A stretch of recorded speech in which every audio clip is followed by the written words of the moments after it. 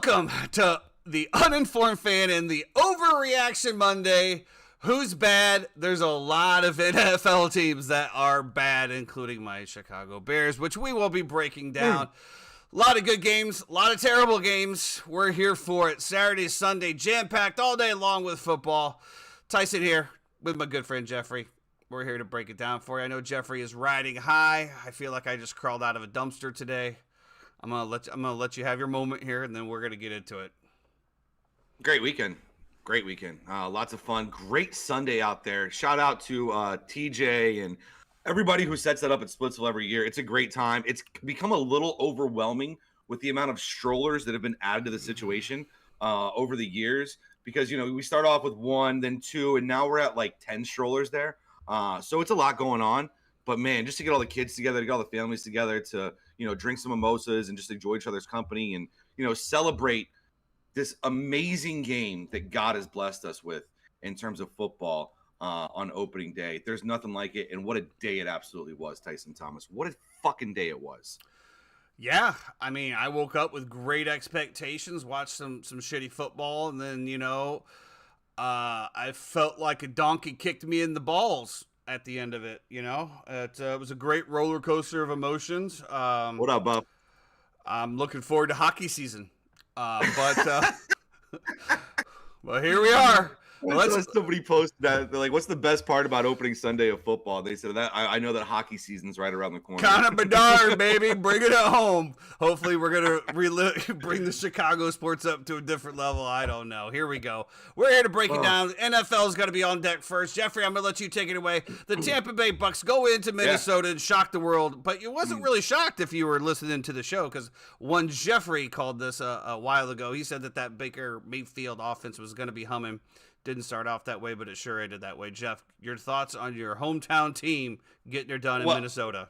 First and foremost, I am drinking a little purple Gatorade today, just in honor of those Vikings tears that I've heard for the past 24 hours from you suckers. Sucks, doesn't it, huh? You guys talked all that smack in the offseason, came in, we went up there, and we slapped you right in the face.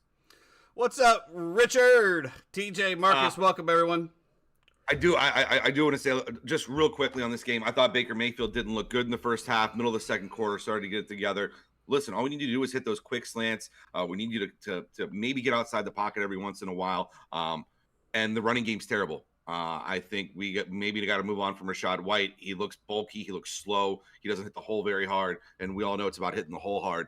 And he did not do that yesterday. So, I mean, just pedestrian numbers out there. When it comes to the Vikings, listen, what did I say? I said Justin Jefferson's going to cook all day long. He did, 9 for 150 or 160, whatever it was. Cousins in a 1 o'clock game, great. But, listen, at the end of the day, the cream's going to rise to the top. And I said, our roster, we're not laying down for anybody. We ran this shit back. We re-signed everybody. We're coming out to win football games and to take this division. Well, I'll agree with you there. The first half, I saw the Baker Mayfield that I completely expected to see out there. Absolutely pedestrian, scared. Then, you said he got kind of the middle half. To me, he didn't really pick it up till that 2-minute drill towards the end of the first half where, he got out of it. He got out of his own way. It seemed way more comfortable. He hits Mike Evans over the end zone. And things seemed to click after that. Second half, it looked like a completely different offensive team, as much as it pains me to say that. But here we are, and there we go. To your point, Justin Jefferson did have 9 for 150 for this game. I was talking a little bit earlier during the game about how good the defense was going. I think if they can just clean up a little bit of that zone coverage, we saw a few holes where Justin Jefferson was able to get in there with that zone coverage, and that was allowed him to just completely explode. What a win for the Tampa Bay Buccaneers. I shared your same sentiment with you. I thought that everything kind of stayed the same. What I saw in preseason with the defense scared me a little bit, but once again, we don't know what happens with the defense. Todd Bowles had that defense completely locked in. They were putting pressure on him. I think I heard one of the commenters say, Todd Bowles has realized that they can't cover all of the receivers anyway, so let's just bull rush him every time and see what happens. Yeah, and for sure. And then it's like, listen, you got to pick your poison when it comes to that as well, too. Shout out to John Pilkington in the chat. Appreciate you, bro. Thanks for checking in, man. These Viking tears are very delicious. Man, the butt hurtness that I saw from some of these dudes. Man, Chris Shay's texting me 3-paragraph texts about the game. They were hurt yesterday, baby. Loved it. You think they'd be used to it by now, to be perfectly honest with you, right? You know, butthurt. like, speaking of shit, let's just talk about the Chicago Bears. Let's get right into it if you want to. Let's get it right in. I mean, obviously there's more to talk about when the shit stinks for when it smells like roses. So let's get into the shit smelling like shit. And that is what the Chicago Bears are. Shit. You're shit. You're shit. The coaches are shit. The players are shit. You're all shit. You need to be thrown in the field and spread around for fertilizer, because then maybe you'd be good for something. I cannot believe this. I get so hyped and so excited. Everybody in Illinois is just excited for Chicago Bears football. And, this is one thing that the entire state can get behind, besides the few Packer fans that are woven in between there. It doesn't matter if you're a Sox fan, if you're a Cubs fan, if you're a Blackhawks fan. It doesn't matter if you're an Illini fan. Everybody goes for Chicago Bears football, and you come out and just lay the giant cow patty against your arch rival. I don't know who's more to blame here. The coaching, the play calling was absolutely terrible. Once again, you have Justin Fields, who is not a pocket passer, and we're trying to make him a pocket passer.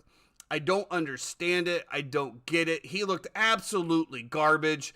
I'll tell you, the one highlight out of this entire shitstorm was, Roschon Johnson. Roschon Johnson comes in and absolutely sparked the Bears offense. He ran with such passion. There's no doubt in my mind he is going to get more playing time the next game, and he will be the starter by at least week 4.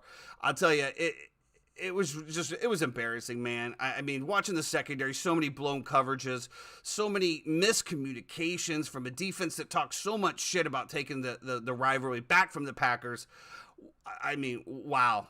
Now I get to look at the mortgage and the home sales from Aaron Rodgers selling the house to Jordan Love so he can set up shop in there since he owns the team as well.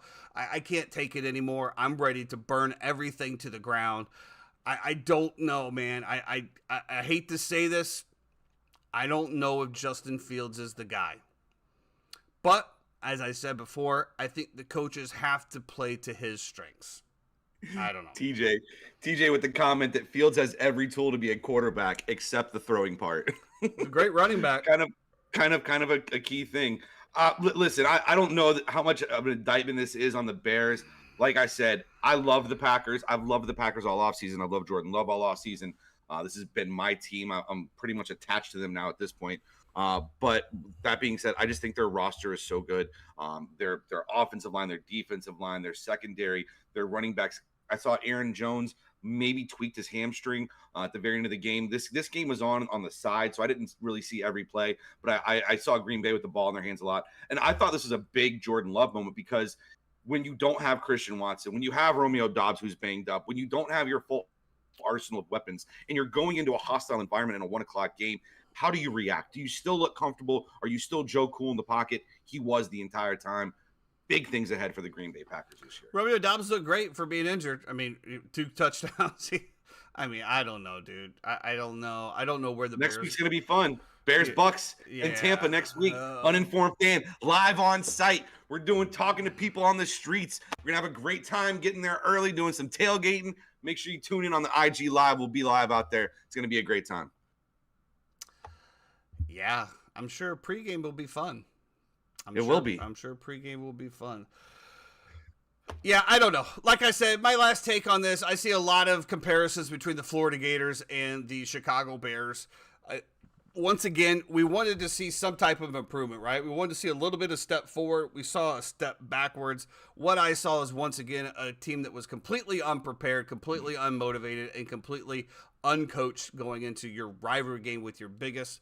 I don't know what to say, Chicago fans. I don't know. Buckle up. It's Overreaction Monday. It's the first one. But now you're going to go in and you're going to play an absolutely tough Bucs team who's riding off a huge victory. But, to your point, what you said about the Green Bay Packers and their lines, we have no offensive line. We have no defensive line. Yeah. Jordan Love could have filed his nails before he threw a pass to anybody that's wide open. And when you have that much time, the secondary is not going to be able to cover anybody anyway. It was just an absolute garbage performance all around. I would just love to get Ryan Pool's ear every once in a while just to, kind of get that thing. But it's funny.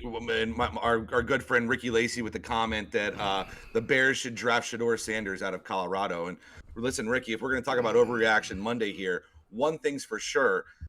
They will be in the sweepstakes for a quarterback if they continue to play like that this year. They might not have to wait on Shedeur Sanders. They might be in the running for Caleb Williams or Drake May. And we do have 2 first-round picks this year as well. Here you go. Let's figure it out. All I know is I got a couple card shows coming up, and I will be discounting my Justin Fields rookie cards and all of that. So make sure you check out Thomas Memorabilia for a fire sale on those. Shout out to Live Life Media Group as well, too. One of our presenting sponsors. Appreciate you, and Thomas Memorabilia as well. Not one of our. They are the one that keeps the lights on. So thank you. Yes, I appreciate that. Moving on, we had the Texans going into Baltimore. This was one of our survivor picks. We took Baltimore -10. Circa picks, not survivor picks. Circa picks. Yeah. It looked really scary there for quite a while. The Baltimore Ravens first half did not look good. It was 7-6 at halftime. And then, of course, as we saw in many other games, the Ravens did step it up second half. Zay Flowers made some incredible plays. Lamar Jackson looks very, very rusty, and so did the entire Baltimore offense, but they did get it done. It ended up pulling away, covering the spread of -10. Ravens -25, Houston Texans 9. I think that we can all agree that the Texans are going to have a very rough year, but I will say one small little spotlight was that Texans defense, and they did look really good for quite a while. Yeah, no, they're good. Listen, this is like a warm-up game, for Lamar and for the Ravens, I feel like as well, too. One of those weird games where you're playing a good defense, but you're at home. It's week 1, so on and so forth. Biggest takeaway from this, J.K. Dobbins goes down with an injury, and he's going to miss the entire season with an Achilles. Poor guy, man, just cannot stay on the field. He's been banged up his entire career. That being said, right, we're moving on. We got to look at who's going to be replacing him in fantasy football. Now, Justice Hill had 8 carries for 9 yards. That's not where I'm going. If Gus Edwards is somehow available in your league, go and get him. He is going to be the factor there. And also, I said this. If you're Baltimore and you're going all in this year, there's one guy that I'm looking at, and that's Jonathan Taylor. And I'm calling the Colts back and saying, is it still a first-round pick, or we've moved back to a second? And if you can get Jonathan Taylor to go along on this team with Lamar Jackson, with the weapons that they have a legitimate shot at the Super Bowl, in my opinion. But losing J.K. Dobbins is a huge hit. I'm going to hate to burst your bubble on that, but from my inside sources, the Jonathan Taylor to Miami deal is pretty much done when he comes back. Really? Just let you know. Yep. Mark it, book it, boys. You got it. You heard it here first on the Uninformed Fan. Here we go. TJ says Kareem Hunt as well, too, I guess, is out there as a free agent. Could be. This is one of the weird things I thought about Dalvin Cook as well. Like, why not just wait for one of these guys to get hurt and then go to, a contender like this, as opposed to signing a timeshare with the Jets and with Breece Hall? I don't know. Probably because it's less money. We'll see what happens tonight, but I don't know. It just seems weird to me. Anyway, moving on. Like I said, it's going to be less money, and you don't know. I mean, what if the running back from the Denver Broncos gets hurt? That's who's calling. Do you really want to go play for that shit show? Jesus Speaking Christ, no. Some more shit shows. We did have the Panthers and the Falcons. Falcons take care of business 24-10. God, I'll tell you, it's just bad football, man. I cannot believe that the Atlanta Falcons still cannot figure out an offense with Drake London and Kyle Pitts. Well, they have Arthur Smith, who's inept at being a head coach. If we're going to be honest. I mean, they go ahead and they win this game, sure. But you're talking about 15 of 18 for Desmond Ridder. You're telling me Taylor Heineke can't come in there and provide some kind of a spark and push the ball down the field? Like I said, I like the Falcons roster this year. Their defense is good. Their running game is going to be legit. But you're just going to stack 9 guys in the box. Desmond Ridder's not throwing the ball more than 10 yards down the field anyway. So what does it matter? And also, now this is a legitimate timeshare with Algier and with Bijan in that backfield. Who's going to get to work every game? I think they'll both be viable fantasy-wise, but maybe not as high an upside as you would like when it comes to that as well, too. Well, from what I saw, and again, from what I've kind of looked at as far as these rookies go, the coaches are definitely easing them into gameplay. As we saw with Roschon Johnson with the Bears, he came in after the second to get a little bit of playing time, and it's just, Tyler Algier definitely had the carries, but Bijan came in, got the breakout, got the touchdown. We'll see what happens, but as we stated before with running backs, and if you remember from our draft, we talked about how most NFL teams are going to 2-headed running back scenarios in order to take the load off these guys that are getting hit so much. So we'll definitely see what happens. But again, it's just very disappointing out of the Atlanta Falcons offense, even though they got it done. It's just the way it is. Yeah, John Bittleton says Algier is going to be on the trade clock at 4 p.m. Eastern here in the big league, so definitely keep an eye out for that. Ricky Lacy, Jeff always on the zeros. Little sugar won't hurt. If you know me, you know I love sugar. So, let's be real. And then Marcus Buffton says, anyone know if Drake London even played? Not a catch for Drake London. Incredible. Kyle Pitts had a big catch. He had like a 20-yarder to kind of seal that game away. But yeah, I mean, speaking of no catches, let's get into the Cincinnati Bengals and the shit show that was. T. Higgins, 8 targets, 0 receptions for the uninformed fan, Tyson's team. Wow. I mean, we knew that the Bengals, we said this before when we made our picks, because we did have the Browns plus 2.5 in the circle, which also cashed. We said that the Browns always play the Bengals tough. And, we had a lot of questions in regards to Joe Burrow's injury coming back. How healthy is he? Is he going to be ready to play? It was a very sloppy day, rain throughout, obviously tougher to throw the ball. We said the same thing about Nick Chubb being able to run the ball. And the Deshaun Watson, first half, garbage again, garbage. I don't know who was number 3 on the Browns, but he missed him 3 times that I saw. Dude had... I think it's probably Elijah Moore. Dude probably. Just absolutely cooked his guy. I'm going to try to check right here. No, I didn't watch any of this game. Like I said, it was just one of those things where it just like kind of was on the corner, and it just the score kept on rising, and I was never worried about our plus 2.5 circa pick. Also shout out to us too. We did have the Falcons minus 4.5, which you're going to bet on bad teams, and your bad teams cover. It's always going to be a good day. So yeah, but I don't know, dude. Like, I don't think. Listen, I'm down on Cincinnati this year in general, and if somebody wants to get rid of Burrow right now, I would buy low as low as I possibly can, because I think this is just an enigma game, right? Burrow always struggles out of the gate, and he turns it on after week 4. If you can buy low on Joe Burrow the next 3 weeks, buy low on Joe Burrow. If you can buy low on T. Higgins in the next few weeks, buy low on T. Higgins. Like, they're going to put up points. I'm selling high on T. Higgins if anyone's interested. I'm selling high. I don't know if you can sell high after he puts a donut up, But yeah, like, buy low on these guys. Like, this offense is still going to be super legit going forward. I don't see any regression when it comes to the offense. I just think the defense is going to be bad, which is going to turn into losses in football games. Number 3 on the Browns is Marquise Goodwin. Thank you to the 3 times. Oh, Marquise Goodwin. Okay, he absolutely cooked these guys. Journeyman. And Deshaun Watson couldn't get him the ball. Now, of course, just as we've seen throughout the other NFL games, the second half was a completely different story. Yeah. We saw a much more polished offense coming from the Cleveland Browns, and they just continued to pull away and then ground and pound to finish it off. But Overreaction Monday, the Cincinnati Bengals are going to be just fine. Everybody relax. Yeah. Everything's going to be fine. And I think if I'm taking anything away from this, like, obviously not a lot of great stuff when it comes to any offense. Deshaun Watson, 144 yards and an interception, so he wasn't great either. But Chubb, 18 for 106. But one thing I do love is 4 for 21. When Nick Chubb is catching the ball, he is a fantasy monster. And so 4 catches to go along. How many targets did he have? 4 targets, 4 catches on 4 targets. I love that for Nick Chubb. I'd love to see more of that going forward as well, too. Well, speaking of teams that need to have a strong reaction, the 49ers just going to Pittsburgh. We talked about this line, right? We talked 2.5. It was just one of those lines where we thought that the San Francisco 49ers would be able to take care of business, but it's one of those ones that you just couldn't figure out why.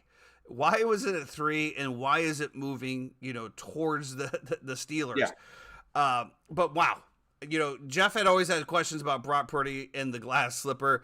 That slipper is on nice and tight on both heels, and that guy is rolling. San Francisco it's been secured with screws. Like, it has been bolted on. San Francisco goes in, just absolutely steamrolls Kenny Pickett and the Steelers in Pittsburgh. We're going to talk about Overreaction Monday here. I'm going to say this right now. If I am like streaming quarterback in a league, if I decide to go 0 quarterback somewhere and I decide to stream quarterback, and let's say I have Daniel Jones or somebody like that, right? I'm immediately going to my waiver wire and picking up Brock Purdy. There's no shot he's available, right? In league, guaranteed. No, I don't think people drafted Brock Purdy in fantasy this year. But to me, yeah, I would be shocked if any of your leagues, if anybody had Brock Purdy on a roster, I would be absolutely shocked.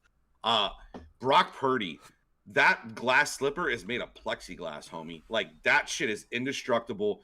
It is what it is. The way that he moves this offense, the way that he understands it, the tempo and the pace at which they play, and then the weapons, man. Like, Ayuk is out there just cooking dudes. You didn't even see Debo didn't even really get involved. You got McCaffrey, Elijah Mitchell, George Kittle. I mean, their weapons are ridiculous. Their line is amazing, and the way that he just is the maestro for that offense is absolutely perfect. I love Brock Purdy, and I'm sorry to 49ers fans who I doubted and didn't have you in the NFC Championship game. I apologize. Frank, you hear that? I'm just trying. Sorry, Frank. So it looks like he's only rostered in 24.5% leagues. Wow. Yeah. That's nuts. Yeah. And listen, this Ayuk thing is a real deal. I think Ayuk is a better route runner than Debo Samuel in general, maybe a better wide receiver. Debo just has some explosive plays every once in a while. But as assigning the wide receiver position, I would take Ayuk over Debo right now. Right, but I mean, like I said, I mean, as defenses continue to adjust, they're going to adjust against the coverage. They're both going to eat. It's just, you know, when you get both of them on your team, that's a hell of a good place to be able to throw the ball. Yeah, absolutely. It's a great duo. So one of our circuit picks that we did lose was the Washington Commanders. And as I was watching this game, I was beating my head against the wall. The fact that we decided to go ahead and go with the Commanders versus the spread versus two rookie quarterbacks, and just the fact that it's Washington. But yeah, we did that anyway. It was looking really bad there for a while. Washington did get the ball at the end. All they had to do is score the touchdown. And in true Washington Commanders fashion, just like the old regime, just like everything else, we're not going to try to score a touchdown to put it away. We're going to kick a field goal and allow you the opportunity to win the game. Like, just punch it in. What are we doing? They didn't even try to get a first down. They got the ball, and they're like, oh, let's just run the ball 3 plays in a row and kick a field goal. Like, and give them 2 minutes to be able to come back to beat us. Dude, I'm like, I'm so frustrated. Listen, I had Washington as Survivor as well too. So if you were in Survivor, I think there's probably like 30 or 40% of people took the Commanders in Survivor, or I'll call them the Redskins. I don't give a fuck. The Redskins this week. And man, what a sweat, dude! Like, and we're all there together as well too. That's what makes it fun. I'm there with Ricky and TJ and everybody, and we're all sweating Washington together. And then you add Ian to the situation as well, who's just trolling back and forth. Gianna's melting down because she's just that age, and that's just what she does right now. And like, it's just the entire situation is just hilarious. Beautiful to see. Listen, obviously we want the cover, but I appreciate them actually winning the football game, and I'll never have to bet on them again the rest of the year, which is very good news. Maybe unless they play the Giants, but we'll talk about that. We need to check out the rules for that, because I think we can use a team more than once too against the spread. I think we need to check on that. So what do you mean? Nothing. I'll talk about you off stream. Yeah. So I don't know. I guess a new dawn in Washington football. I don't know. There's nothing there that really was like, ooh, this team is good now. Huh. Brian Robinson hits pay dirt, but other than that, it's like, yeah. Sam Howell looked garbage for the first. Yeah. So, moving on to Indianapolis. Now, this was a game that Jeff had targeted for his mortal lock of the day, which he definitely cashed. And I guess I apologize. I glanced over it. Mine was the Bears. And we'll just move on from that. It's 0-1, no big deal. We're starting. Wasn't going to bring it up. It's just one of those things. Whatever. You win next week, you're 1-1. Yeah, 50%, no big deal. So Jags did get it taken care of, 31-21. It was more late fourth quarter heroics there, 14 points. The biggest takeaway for me out of this game was Anthony Richardson is going to be a problem in the NFL. I'm not necessarily saying this year. I'm not necessarily saying next year. But by year 3, this man is going to be a problem. Oh, yeah. I just hope that the Colts continue to develop him the right way. That's my only thing, is that he's in that organization. Now, Peyton Manning obviously did his thing in that organization, but he is also Peyton Manning. We'll see what Anthony Richardson does. Obviously, he needs some nurturing, some development. But man, oh man, I was impressed with him. I was impressed with his vision of the field. I was impressed with his throwing abilities. I was impressed when he decided to run versus when he's got mistakes. He did have the one interception. But for his very first game, I mean, we got to talk about this kid only started like 11 games in college, right? Yeah. And we're, wow. He's going to be a problem. He's going to be a problem. I've been saying it before the combine happened, and I said Anthony Richards is going to go in here and he is going to destroy this combine, and it is the A train the entire way. Um, I thought there was more positives to take away. If you're a Colts fan, then there are negatives. You're going to have turnovers with AR. It is what it is. He's a young kid. He's going to make mistakes. It happens. Trevor Lawrence turned the ball over a few times as well. It's part of playing quarterback in the NFL. Hopefully, I know he got hurt on like one of the very last plays of the game. Hopefully, the MRI comes back and everything's clean and good to go. He did take a shot. It was a weird play call as well too, because it's like you're running this like wing quarterback dive. I don't know. It was a weird play call, in my opinion. I think you either got to go RPO option there, maybe keep more in the shotgun. I don't know, but I thought a lot of positives to take away. My number one thing I took away from this game is I've been all over Trevor Lawrence and Ridley the entire year. And I have the combo in most of my leagues. I stacked them in DFS yesterday. And if you watch that first half, their chemistry is so undeniable. I don't know what it stems from, because this is their first year together, but they are just in sync with each other. And they're going to be a problem this year. That defense, the reason I like the over, and I'll take a lot of Jacksonville overs this year, is because that defense is going to be a little suspect. They have a decent pass rush, but other than that, you really can't name anybody on that defense that's worth a darn. So I just think, listen, it's going to be go. I think Bigsby and Etienne both got touchdowns there as well too to push this over. So I'll take the 1-0 on the mortal locks, and we'll keep it moving to something else. Etienne looked pretty good. He had 4.3 yards per carry. He did have that one breakout, which probably affected that a little bit. Yeah, but like I said, I think he's going to have a big year. Bigsby behind him, backing him up. It's going to be a nice two-headed monster there. Jacksonville looked really good as well. So this is one of the rare games where I feel like, no matter if you're a Jaguar fan or a Colts fan, you both walked away from this game feeling good about what your team put out on the field. And that's pretty rare in football, that you got to feel unless you're a Deion Jackson owner who has 13 carries for 14 yards and fumbles the ball twice. Well, I don't know if the Colts are going to stick with him there, but that's not a very good line. You're looking more at the quarterback anyway, so because you're still hoping Jonathan Taylor comes back, right? I mean, it's got to be the thing over there. So moving on, go ahead. But you said Jonathan Taylor's already traded, so I believe so. What's the plan? They don't have one, obviously, and that's my only concern for Anthony Richardson. I just want Cocaine Jim is just trying to keep this car, steering in the right direction, and whatever. He don't give a shit about that. He's just counting his paychecks. Does not care, dude. Absolutely not. Absolutely not. Great.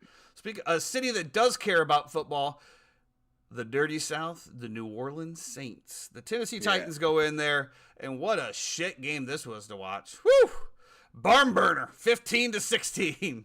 The New Orleans Saints get it done.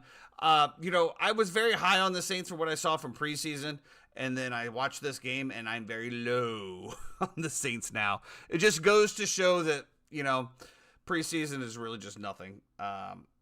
There's no takeaways from this at all for me. I think Michael Thomas finally showed up. Let me just double check that. Yeah, he had a decent line, actually. Yeah, 5 for 61. Chris Olave did his thing, 8 for 112. But I was more excited to see that Michael Thomas is actually relevant. We'll see how long it lasts. I know that he was probably picked up in most fantasy leagues pretty towards the end, I would say. But not much to be excited about for either one of these teams, honestly, coming out of this game.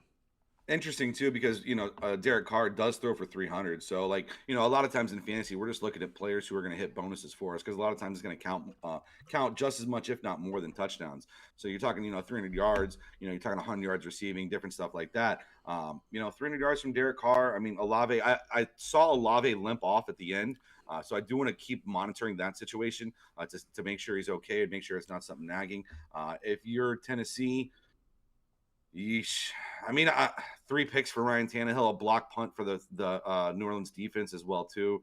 Derrick Henry gets over 100 total yards, but he does it with like a 50-50 split basically, because he takes 2 catches for 56 yards. I don't know how you don't score a touchdown. You kick 5 field goals. Rough out there in those Tennessee streets. That's what I was talking about. And D-Hop, 7 for 65. You mentioned Trey Burks, I think, when we talked about that. I just didn't see who on Tennessee's team was going to get this done. Ryan Tannehill, I think his curve is He had that nice little up curve there. I think he's on the downhill there. We'll see what happens. Will we see Will Levis this year? Who knows?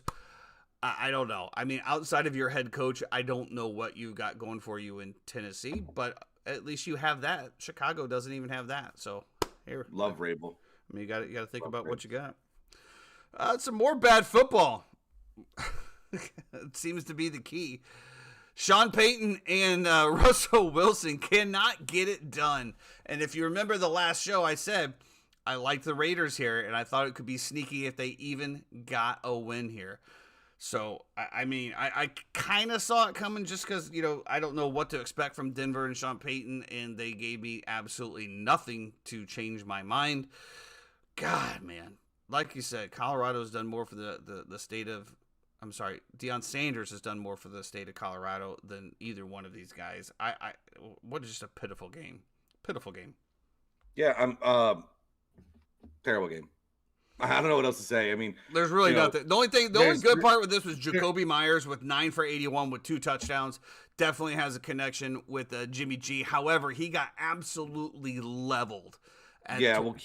Towards the end of the game, had to be helped off the field. Yeah, he had one of those paralyzing moments where he didn't move his arms and his eyes didn't move, and it was just one of those things. Everybody immediately goes down to a knee. It was pretty scary. He did walk off on his own accord after being helped for half of it. I think he just got his bell rung pretty good, so we'll see what happens. Maybe not be available for the next game, but make sure that we get a quick recovery out of him. I mean, Russell Wilson targets 11 different receivers on the day. It throws the ball 34 times for 177 yards. I don't know, dude. Dude, it was bad. I think Sean Payton needs to realize really quickly that this is not it, and you got to move on from Russ. It's positive to see Javonte come back and get 13 carries off rip, but at the same time, Samaje gets 8. So it's very much a I don't think you can move on from Russell Westbrook, depending on considering what they gave up for him. How do you move on from him? They want Russell to run more. He had 1 carry for 1 yard. Can we get Sean Payton in Chicago? Because we have a running quarterback that my coach doesn't want to run. So maybe we could just flip him. We'll flip coaching staffs over here. Maybe we can get some shit done. Maybe it would work out. Who knows? I don't know. What a great game in L.A. L.A. Yeah, the Miami. Yeah, whatever. It's California. They all suck. Miami Dolphins go in to L.A. and pick up the win. Tua goes absolutely nuts. Tyreek Hill goes nuts. One of the things that we talked about on this was we wanted to see that Vic Fangio defense. That Vic Fangio defense gave up a lot of plays. So whether this is working out the growing pains, but if you're in for a good shootout, this was an awesome game to watch. It was back and forth all game long. It was great. I do believe Mike Williams got hurt, I believe, in this one. He had a catch at the very end of the game. Did he? Okay, so maybe that wasn't him. He came back. I'm going to just say a few things here. Tua Tagovailoa finishes the number 1 overall fantasy quarterback this year in all formats. Tyreek Hill is going to finish as the number 1 fantasy wide receiver in all formats. Tyreek Hill will break the single season receiving yards record this year as well, too. He said he wanted to do that, right? 2,000 yards? It is unstoppable. Tua looks like Drew Brees with better weapons and a better offensive scheme. I think the sky's the limit for the Dolphins this year. AFC Championship game against the Baltimore Ravens, in my opinion. They look good. Pewter, just to kind of recap on Wilson, his dead cap next year is almost $90 million and $50 million after the year after that. Therefore, I just don't see how you can. You've literally attached your horse to that buggy, and it's not going anywhere. But yes, that's crazy. Back what do you do? Yeah, I don't know. You ride it out and get picks, I guess. I don't know. Broncos country. I don't know. But yeah, Tua looked absolutely great. That Miami offense was absolutely just humming. The LA offense was also doing well, 23 for 33, 228. I mean, they look good. Austin Eckler did what Austin Eckler does. He looked great. I was a little concerned about the Miami defense, and I still am concerned about it. I expected more out of Vic Fangio's defense. I expected, to hold the rush and the passing a little bit better. But, again, week 1, overreaction. But, the fact that, like you said, Tyreek Hill over 200 yards. Is somebody in our league have them stacked? Named Sean might. I'm not sure. I listen. This LA Chargers backfield is a little muddy, right? If you look at Kelly's stats, what did Kelly? Did Kelly have 100 yards? I got to look this up real quick. But just by watching the game, it was a legitimate timeshare. Like, yeah, Eckler 16 carries, 117 in a tutty. Joshua Kelly 16 carries, 91 yards in a tutty, and then Justin Herbert 5 for 18. So the run game was really good. I thought Herbert was fine. Obviously, it wasn't Tua. He's not going to be Tua, but I think all their weapons are still going to be viable. The one question I had, Gerald Everett, 2 for 21, so not great. I mean, tight end is just such a wasteland, dude. It's like you either have Kelsey or you don't. It's pretty much it. Yeah, but good game out there. You got to feel good if you're a Dolphins fan. That's for sure. And I think you feel good if you're a Chargers fan there too. A couple plays go your way, you're definitely winning that game. And we all know that there is no home field advantage in LA, so there were probably more Dolphins fans there than there were Chargers fans anyway. Our last circa pick was the Seahawks -5.5. We expected them to continue to improve on what we saw last year with Geno Smith improving that offense. All of the weapons coming back, DK Metcalf and company. We did not see that. They came out looking good. Defense looked really good, and then the Rams just kind of took it over without Cooper Kupp. They get it done in Seattle, 30-13. That puts our circa picks at 3 for 5 this week. Still sitting at 60%. Not bad for a week that we didn't really love anything. Now that we've got a few things on paper, obviously we're going to feel a little bit more comfortable going to our week 2 picks. But very disappointing game out of Seattle. Expected way more out of them. We'll see how much losing their offensive coordinator to the Tampa Bay Buccaneers continues to wreak havoc on that offense. Yeah, I'm kind of rethinking everything about this division after one game. That's how much I'm overreacting here. In terms of, I think I'm out on Seattle, on everything Seattle that I loved before. I don't think they make the playoffs. Geno didn't look great. Their weapons didn't look as weapony as I hoped. The run game was as weapony. As weapony as I had hoped. Listen, I apologize to Sean McVay and Matthew Stafford. I will never disrespect your name like that again. Really good. Really, really good. Doesn't matter what weapons are out there. That offense is just humming. I thought it was beautiful. It was like poetry in motion watching that game. They just continue to do what they do. And good for them. And hopefully we can get Cooper Kupp back here. And listen, if you can go out and get Cooper Kupp, somebody thinks that, Kupp is not going to come back and be in form or might miss more than 4 weeks. I'd be trying to buy low on Cooper Kupp right now. I think that, nobody's selling. Guys, let me. Jeff's talking about buying and selling this. I mean, it is week 1 overreaction. Do not sell your star players after 1 week, please. Or if you do, and if you're in our league, anybody that's in there that's in our league, please contact me first. If you're planning on selling your superstars week 1 after a would you sell T Higgins or DK Metcalf right now? No. Why would you? Okay. It's 1 week. It's concerning. It's definitely concerning. I mean, I also have Scott. Spidey senses are tingling. I mean, when I look at my roster right now, I have a lot of fucking concerns. I have T Higgins that gets 0.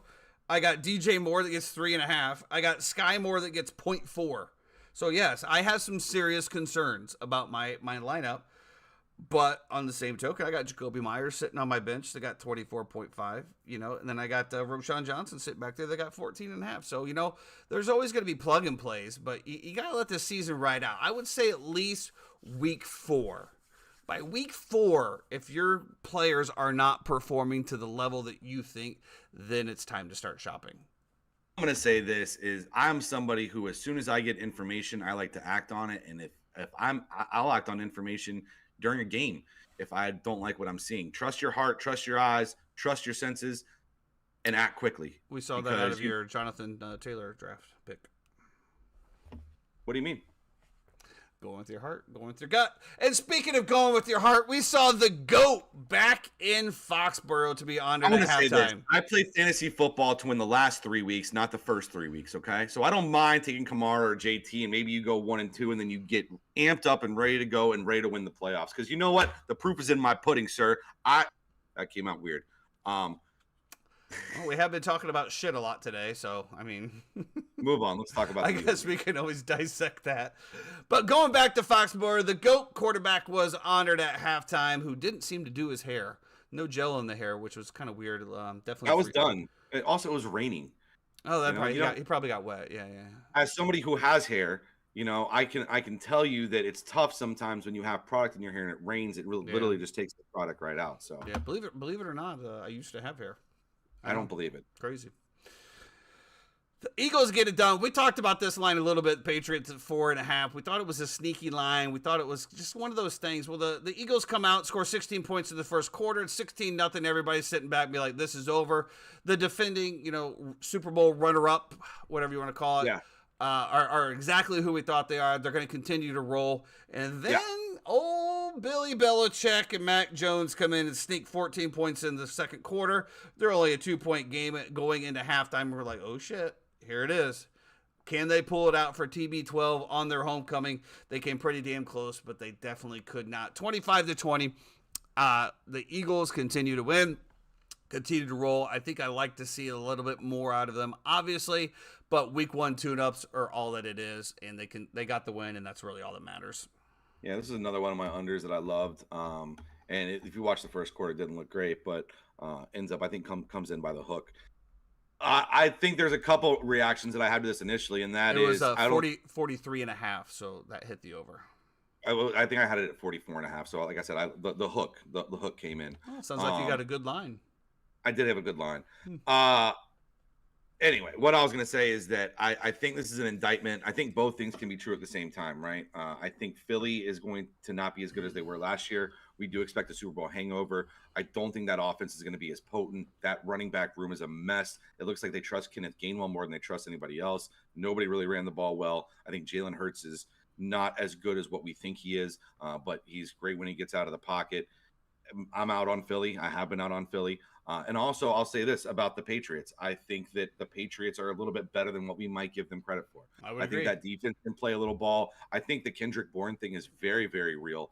I love him in some dailies that I'll be playing him in. He's got a real connection with Mac Jones. We saw it in the preseason, and it's carried over now into the regular season. He had a great game as well. Those are pretty much my only takeaways from here. But yeah, I mean, listen, they gave them all they could handle right there. They had the ball with a chance to get it done at the very end. For New England, just didn't make it happen. I agree. And I Buffington, I hope you're still in here because we definitely saved your team for last. And TJ, I hope you're still in here too because I need some defense out of or this. Ricky. I turned it. Ricky's a Giants fan too. Boy, Yeah. you guys got to feel worse than the Bears fans today. Going at so the Cowboys go into the Giants prime time Sunday night. I turned the game off at halftime and went to bed. 40-0.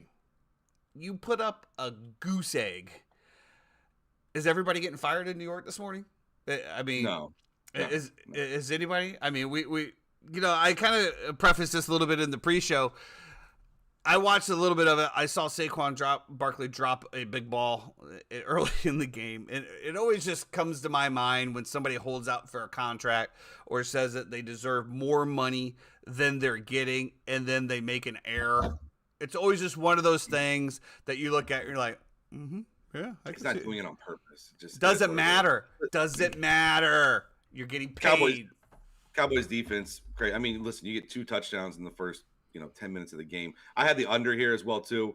Unfortunately, I also had the Giants in the under.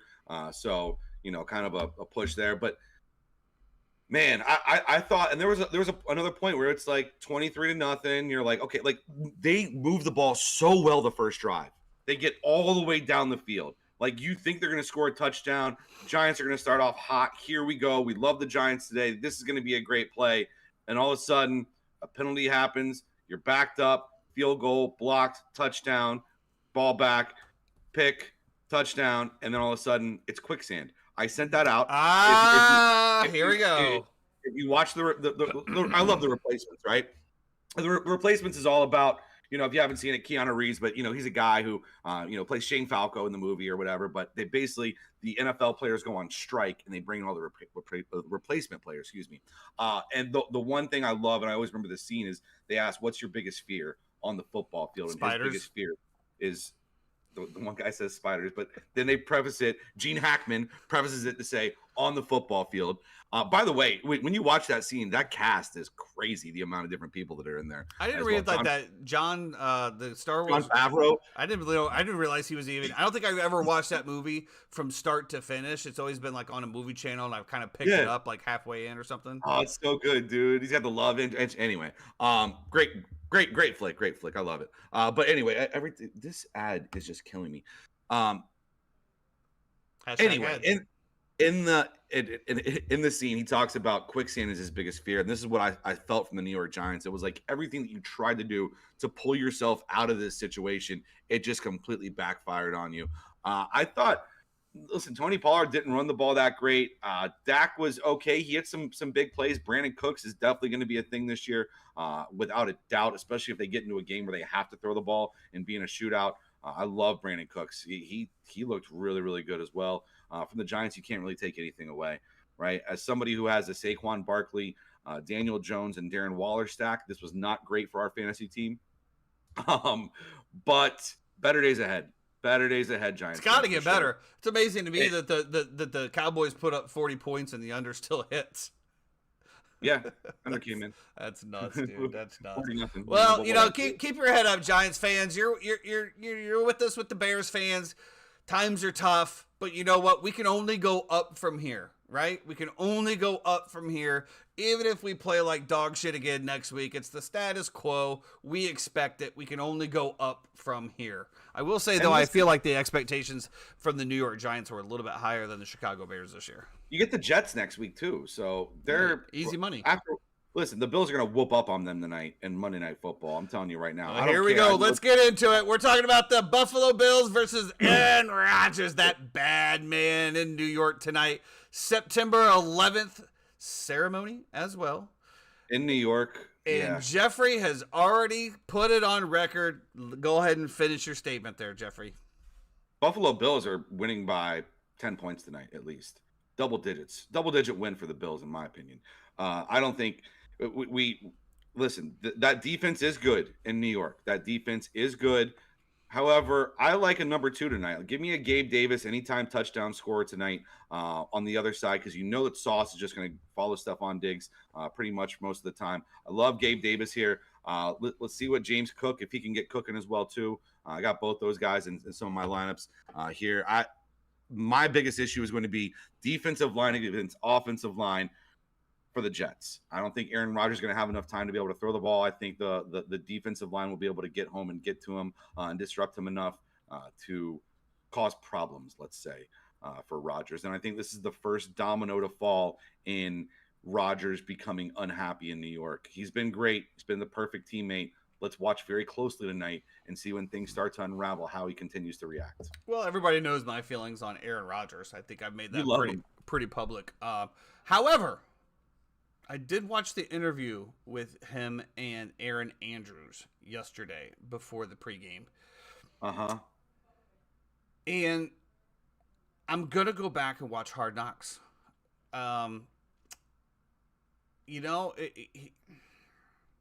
The whole vaccination thing, he brought up that and talked about, basically how he was vilified for the way that all went down, that he never felt like he can just be himself, and now he finally is. I will say this, as far as Aaron Rodgers goes, he does look very, very happy in his job now. He looks very zen. He does look very zen. And for somebody that can sling the ball like him to be in a zen mode, it would be scary for any defense out there.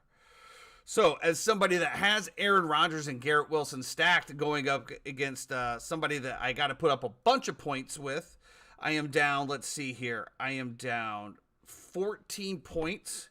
He has Jared Allen, and I have Rodgers and Wilson. Does he have Josh Allen? Yes, he does have Josh Allen. I hope. Want to make sure Jared Allen, I think, played for the Vikings and the Bears. Yeah, I hope that that Zen mode kicks in and him and Garrett Wilson continue what we see on the preseason. Pelagic, it was a great interview, man. You got to see a little bit a different side of him. And I always said that, there's sometimes, and we talked about his Twitter a few times where I'm like, hey, the guy seems pretty cool. If I probably didn't hate him so much from being a Packers and, saying that he owns me and all of the other factual statements that he makes, I probably would enjoy his company or whatever. But now that he's not there, I'm going to give it a shot. I'm going to watch this. You know, I didn't get past the first episode. I'm going to let it flow, see what happens. I hated it. They didn't show any cuts. I thought it was a terrible Hard Knocks, but whatever. I don't share your sentiment as far as them getting beat down. I do share your concern about the questionable offensive line of New York and whether or not they can give him enough protection. But as we know, if you can spread the ball out, you can get the ball out of the pocket quick. It tends to, you know, slow that pass rush down. The linebackers have to honor the run, you know, over the middle type throws. So we'll see what happens here. I definitely don't think it's going to be a blowout game. If we saw anything from the end of Buffalo last year, there was definitely some question marks on whether the cohesiveness between Stephon Diggs and Josh Allen is real. Stephon Diggs, you know, asking for a trade to get out of Buffalo. You know, we saw some of the confusion and the anger at the end of last year. I think it's going to be a close game. I hope it's a shootout. That would be the best thing for me. I hope it's a shootout. I hope that Buffalo runs the ball great. I hope Josh Allen doesn't throw the ball great. And every touchdown that they score is a running touchdown. I hope for no injuries. That's all I'm hoping. DeMar Hamlin out tonight. No, Von Miller's out for the Bills, and DeMar Hamlin's out for the Bills. Why is DeMar Hamlin out? Here we go. He's out. Just can you leave the kid alone? You've been on him since he died on a field. God, you know, you've been all over the guy since he died on the football field. You've been his biggest critic. Come on, man. I gotta talk. He's back, and now I still gotta talk about him. You're like, this fucking guy died on a football field, ruined it for all of us. Like, Jesus. I don't know if that was necessarily my full take, but we'll see what happens. But I am looking forward to the game tonight and wrapping up week 1. So let's talk about a little college before we hop off for tonight. Absolutely. To Jeffrey's credit, he did call the upset in Tuscaloosa with the number 11 Texas taking down Alabama at home. Yeah. You know, we kind of talked about this a little bit. What is the state of Alabama football? Obviously, the dynasty is dead, the dynasty part. But where's the competitive part, and where do they fall now? Obviously, we all know Georgia is now the new dynasty in the SEC. Back-to-back wins. They look absolutely great again. Of course, they haven't played anybody, nor will they play anybody this year. So we don't even know until playoffs what team that you're actually going to have. But Alabama, man, I don't know. I don't see it. Either. I don't see it continue to be definitely not as successful as it was. But there's some, and I said this on Friday when we talked about the game, and I picked Texas to win. There's something in Alabama that I can't put my finger on that is not. Everything is not firing on all cylinders. I don't know what it is. There's a disconnect somewhere in there, in that program. Let me ask you this. Let me ask you this. I don't know. I don't know. Let me ask you this, and I'm going to put this out to the viewers as well. Nick Saban is how old? 70? Old. 70? Can we say 70? Mid to late 70s. 3 times. Let's get that out. We definitely know he's old. Okay. I'm just going to say 70 because it looks like he's probably taking a poop or something. How does a 70-year-old white man connect with 18-year-old kids coming from a very different background? It's pretty easy because you bring in the 75 draft picks that you brought to the NFL and said, look, these guys listen to what I say. Look where they are. They are superstars in the game of football. Why don't you listen to what I'm talking about? So that would be my pitch. But do you think that that's enough for today's generation? It should be. I mean, it depends on the kids that you're trying to recruit too, you know. I think that's one thing that I like about what Mike Norvell has done is that he feels like, you know, Florida State, we're getting kids who have bought into who are good culture fits for our program as well too. And that's why I said, like, when you look at like Miami and Florida, like it takes time to flip that roster. I just saw Florida had a DB that just entered the transfer portal. Like one of your starting defensive backs after week 1 left. And had nothing to do with gameplay though. No, but that's not what I'm saying. What I'm saying is that I saw that happen a lot at Florida State, and everybody was like, "Oh, these are red flags, red flags, red flags." A lot of times, it is not a red flag. It is a positive direction of the program because you're trying to build culture there. Correct. There is something going on at Alabama culture-wise that I cannot put my finger on, and I don't know what's wrong. But I think Alabama will probably lose 3 games this year, without a doubt. With that schedule they play, I think they lost 3 last year as well, correct? I think 2 last year, maybe.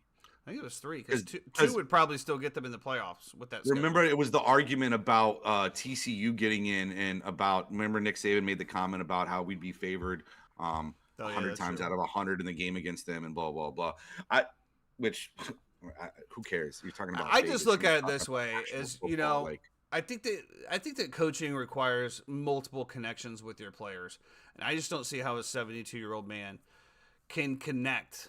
And this is just my opinion. Okay, I could be completely wrong. I don't see how you connect on outside of an X's and O's with your players. That's all. Well, I'll say this, and if we're looking at people who might replace Nick Saban, look no further than Colorado. You know, we've been huge critics of Deion Sanders on this podcast and about the way that things have gone, and whether he's a good coach or not. But I'll tell you this, Deion connects with those kids, and Deion gets those kids to go sell out for him every single day. And they're up to number 18 in the polls now. I saw some shakiness from a team like Oregon. There's a possibility here, and I have been not the biggest hater in the world, but I have not been a big proponent of Colorado football because of the lack of depth they have at that program. But I'll tell you what, man, there's a path there for them that if obviously they got Colorado State this week, and then I think they have Oregon after that. But like USC, I mean, there's a I don't know. It's some weird stuff going on. Shedeur Sanders still looks great. Now, did we factor in? Yes, I hand to God, I had Nebraska in this game. Okay, I didn't expect 5 turnovers from Jeff Sims, or 5 unforced turnovers by Nebraska to put Colorado into position to score. And I told you this story in the pre-show, right? Jeff Sims, and we talk about culture fits and the way that kids fit into programs. Jeff Sims was a 4-star, almost 5-star prospect coming out of high school. And he was committed to Florida State University. And literally, like right before the day before signing day, Mike Norvell goes to Jeff Sims and says, "Hey, man, I just want to let you know you're not really a fit in my offense. You're more than free. We'll honor your scholarship. You'll be here. We're going to give you every opportunity in the world, but you might not see the field. I just want to let you know that before you sign." And yada yada. And Jeff Sims was, recruited for us, and was huge. And went out there, and Jeff Sims ends up going to Georgia Tech. Spends 2 years at Georgia Tech, transfers to Nebraska now, and man, we dodged a bullet there because he does not look like a great quarterback at all. Well, again though, I think that, what scheme and what, let's be honest, Nebraska doesn't have superstar players. I mean, well, it's kind of weird to me because it's like Nebraska was always good when they ran that triple option, and they were just driving into the dirt. Now it's like we're going to spread it out. And Sims just, he couldn't handle a handoff or a snap or anything. Nebraska hasn't been relevant in over a decade. Well, this is the first time Colorado. I would actually say at least 2 decades. At least 2 decades.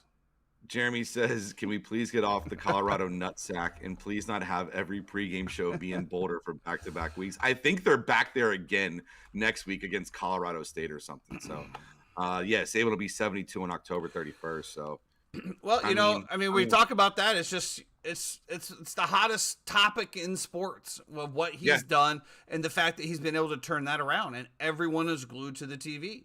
I watched that game as well. I didn't think that. I know that you said that you were on Nebraska. I said on the show, Nebraska hasn't shown me anything to say that they can compete with anybody at this point. I haven't seen anything good out of Nebraska in, like I said, a couple decades. So, looking at their recruits and all this other stuff, where they lean on recruiting, I didn't see them at all. I didn't understand it. Yeah, I was on Nebraska not because I thought Nebraska's a good football team. The gambler in me sees the line movement the way that it was, and it immediately just sets off like red flags. Like there's something weird here. There's something fishy going on. When the line moves that much toward Nebraska, but you have $1 million bets and all the public is betting on Colorado, why is the line moving in the other direction? So that was purely like, I have to take it based off of what everything in the past 20 years of me gambling has told me that I need to take. So that was one of the reasons behind it. I don't know. I'll tune in again. I'll Not tune in deserved. again to see if they can keep doing it. Shout out to Coach Prime. It's must watch TV. We've talked And it's about him 12 and whether or o'clock. not obviously I don't agree with everything he says, and all of the adversities that he says, but Dino's in here, the powerful mind. Dino, thanks for dropping in. Me and him had a pretty good conversation about that the other day, and I kind of saw a little bit of different side, so I guess I can see a little bit where it's coming from. Absolutely. But like I said, I'm just happy for him and doing his shit. I mean, and You more know, the I kids. heard Prime say something, and he said my mama was working, and so she couldn't come to any of my games, and my stepdad was out doing his bullshit or whatever. He goes, so I had to be Prime, and Prime had to love Prime because I didn't have anybody there to show me love and to tell me that they love me. And that kind of hit home with me, because I've been on Prime about the vanity thing as well too for a while now. It kind of resonated with me a little bit. And listen, I'm happy for Dion. I'm happy for his family. I'm happy for everything that's going on with them, with the Sanders brothers and so on and so forth. The personal stuff to me was a little weird. I guess I don't know if you saw this where Shador took his helmet off and then basically fried Matt Rule and the whole thing. That was a little weird to me. But listen, that's part of what Colorado. Well, he actually addressed that. They're not going to be apologetic for who they are to anybody. They're going to go up. They're going to show out every single time they're on that field, and you got to take your hats off to them. So yeah, he did. Job. He addressed that as well. He said that he came over. He goes, "Dude, you cannot take your hat off." And apparently, his communication throughout the week was, "This is personal. They don't expect us to win. They don't. It's personal." So when he came over, he goes, "It's personal, Dad. It's personal, I had Dad. to show him it was personal." So he's like, "Dude, well, that hit me too," because I was like, "Oh, he's taking his helmet off," and then I heard the story. I'm like, "Oh my god!" But there was, I mean, they do get it. But there was a couple unsportsmanlike conduct penalties in addition to that as well. Whereas some of that, Prime likes to get that energy and everything is going to cost him. Let's just hope that he can get some of that under control. So if it's not in a big moment, a big game, something like that happens and knocks them out. Because then that's when all of the haters are going to jump back on and say that he doesn't have control of his players, this, that, and the other. Let's just hope that we don't go down that. Absolutely. Finishing up for today's show, let's bring it back home here to Florida. We saw some things come out of Miami Hurricanes this week that we didn't really see for a while. They take care of Jimbo Fisher and the Texas A&M Aggies. Wow, we talked about it. Is Miami back or is Jimbo gone? Which one is it? Both can be true. Overreaction Monday. The Miami Hurricanes are back. They are back. I said to you, there were some things this game was always circled for me as a no bet because I don't know what Miami is going to show up. Is it going to be the Mario Cristobal quitting, like the team that quits on Mario Cristobal that we've seen over and over again? Or is it going to be something that we haven't seen? And it was something that we haven't seen. And that was they got punched in the mouth, they got knocked down, and they responded. And that is a culture change in that program that as a Florida State fan, it scares me a little bit because we do have to play them this year. But they have a legit defense as well too. And when Tyler Van Dyke is throwing the ball over the field like that, they have weapons. They have guys on that team. It's just been a buy-in thing and a culture thing. And man, Mario, this was a game changer, a program shifter. The response that I want to see is what do you do in your very next game? So there's a natural letdown that's going to come off this because they're going to be at school all week. People are going to be hyping them up. It's going to be on national program. Are the Hurricanes back? They might get ranked. So there's all these things surrounding the program. Can you keep your same focus? Can you keep your same commitment? And can you go in there and play well again in another week? That's what I want to see because that's the next step to me is can you do it multiple weeks in a row without letdown? I'll tell you, one of the biggest things that I take away from the Miami University is the disservice that they get from playing in that stadium at the Hard Rock. Unbelievable. It was like half full. And, I don't know exactly how far away the Hard Rock Stadium is from the college, but it's not close. 40 minutes. It's not close. And the college kids, most of them don't have cars, et cetera, et cetera. You're trying to get kids back and forth. I tell you, it's a huge disservice to the University of Miami to be able to be that far away from your campus and not be able to have your students and your the ones that bleed for you. Because let's be honest, you get outside of the actual university, you have fans Okay, but you don't have fans that are going to show up every single day. You don't have, the energy, the ones that are going to stand up and jump up and down for the entire game. Right. That is Right. your lifeblood of your team. That's what gives you guys energy. And the fact that they just don't have it, and I will say this, I will say that the stadium was very, very loud, but it could be much louder and it could be much more of an advantage. And I think that's just a complete disservice. But to your point, Miami does look like they're back. We'll see what happens week 2, whether they can keep it going. I'll tell you, every time I look for the head coach and Chris Ball, whatever, I always picture the Dolphins head coach, and I think that that's the guy. I don't know why. I feel like his name goes better. I don't know. Mike McDaniel? Yeah, like that. I don't know. I just every time I hear the name, I'm looking at the coach. I'm thinking of the other one. I don't know, but we'll see. We'll see what happens going in. Oh, I want to say too, kind of cool. The first time since 2018 that USF, UCF, Miami, Florida, and Florida State all won on the same day. It's been 5 years since all 5 of those teams have won on the same day in the state of Florida. That's thank God we played McNeese State. Yeah. Hey, otherwise, it might not have been history. I don't know. We'll take it. I also saw that's pretty cool too. They just announced that USF is building a on-campus stadium. Yeah, so that's huge for them. They're not going to use Raymond James anymore. And I think these college teams playing in these humongous pro stadiums, it takes away from the on-campus.